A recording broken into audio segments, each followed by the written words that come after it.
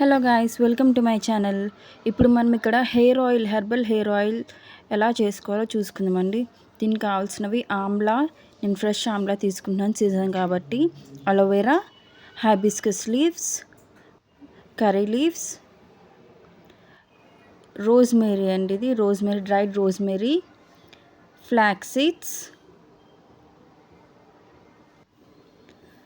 Fenugreek seeds అండి, మెంతులు, బ్రింగ్రాజ్ మన హెయిర్కి చాలా మంచిది. సో ఇక్కడ ఫస్ట్ ప్యాన్ హీట్ అయ్యాక మస్టర్డ్ ఆయిల్, కోల్డ్ ప్రెస్డ్ అండి మస్టర్డ్ ఆయిల్ 1 లీటర్ నేను చేస్తున్నాను కాబట్టి 1 లీటర్ మీకు కొలతలు చెప్తానండి. 1 లీటర్ ఆఫ్ మస్టర్డ్ ఆయిల్ వేసుకోవాలండి.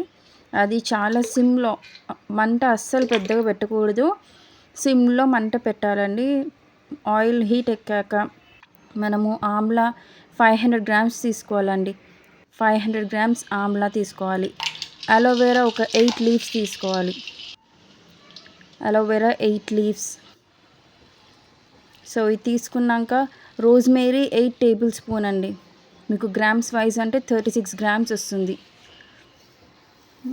సో ఇవి అన్నీ మెల్లిగా ఆయిల్ మన మీద చిట్లకుండా వేసుకోవాలండి. ఫెనుగ్రిక్ సీడ్స్, మెంతులేమో 8 టేబుల్ స్పూన్, మెంతులు 8 table spoon, flax seeds 8 table spoon తీసుకోవాలండి. ఇక్కడ flax seeds 8 table spoon. So flax seeds అయ్యాక నెక్స్ట్ ఇది మెల్లగా కలుపుతూ ఉండాలండి. నేను ఎక్కువ క్వాంటిటీ తీసుకున్నాను. కర్రీ లీవ్స్ ఒక 20 వరకు తీసుకుంటే సరిపోతుంది. బ్రింగరాజ్ ఒక 35 గ్రామ్స్ తీసుకోవాలండి. సో కర్రీ లీవ్స్ మనం ఎక్కువ అన్నా పర్వాలేదు, అది చాలా హెయిర్కి చాలా మంచిది కాబట్టి. కలోంజీ 8 టేబుల్ స్పూన్ తీసుకోవాలి. నేను అన్ని 1 లీటర్ కొలతకి చెప్తున్నాను అండి. Kalonji 8 table spoon. ఇక్కడ నేను నువ్వుల నూనె వాడుతున్నానండి, బట్ నల్ల నువ్వులు కూడా తీసుకున్నాను, కొంచెం నల్ల నువ్వులు తీసుకున్నాను. సో ఇది అంతా బాగా మరగాలండి. నియర్లీ ఒక 3 to 4 hours పడుతుంది, సిమ్లో మరిగించాలి. ఇప్పుడు 1 లీటర్ కంటే నియర్లీ 1 hour అన్న పడుతుందండి, 1 hour పైన పడుతుంది. చాలా సిమ్లో మరిగించాలి.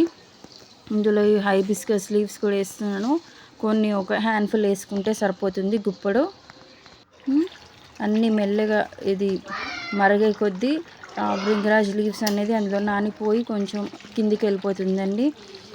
సో ఇట్లా మనకి కలర్ తెలుస్తుందండి, అవి లోపల ఆమ్లా పచ్చిగా ఉన్నాయా, అలోవెరా పచ్చిగా ఉన్నాయా, లేదంటే ఉడకాయా అనేది ఇట్లా బ్రౌనిష్ కలర్లోకి వచ్చేస్తుంది. మొత్తము బ్రౌనిష్ కలర్లోకి వచ్చేస్తే మొత్తం అది మంచిగా ఉడికినట్టు, ఇంకా పచ్చిగా ఏం లేనట్టు అని అర్థమండి.